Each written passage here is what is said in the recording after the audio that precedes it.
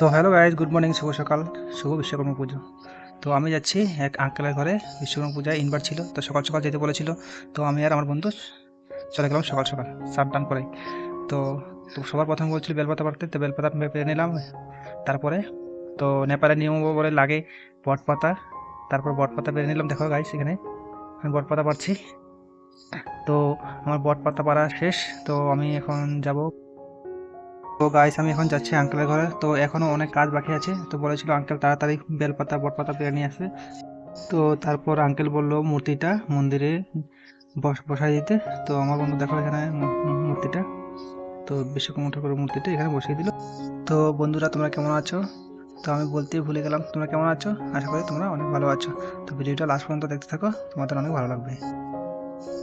তো বন্ধুরা, তোমরা দেখতে পাচ্ছ ঠাকুর মশাই চলে এলো আর বললো আমাদেরকে সব কিছু রেডি করে দিতে। তো আমি আর আমার বন্ধু মিলে সব কিছু রেডি করে দিলাম।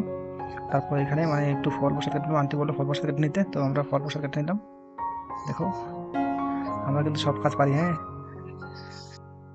তো গাছ দেখতে পাচ্ছ এখানে ঠাকুর মশাই মানে পুজো করছে।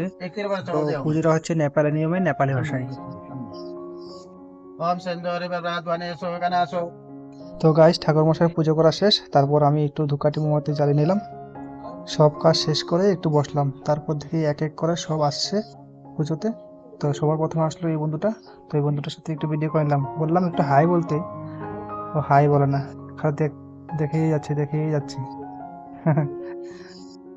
তো বন্ধুরা, ভিডিওটা আজ এই পর্যন্তই।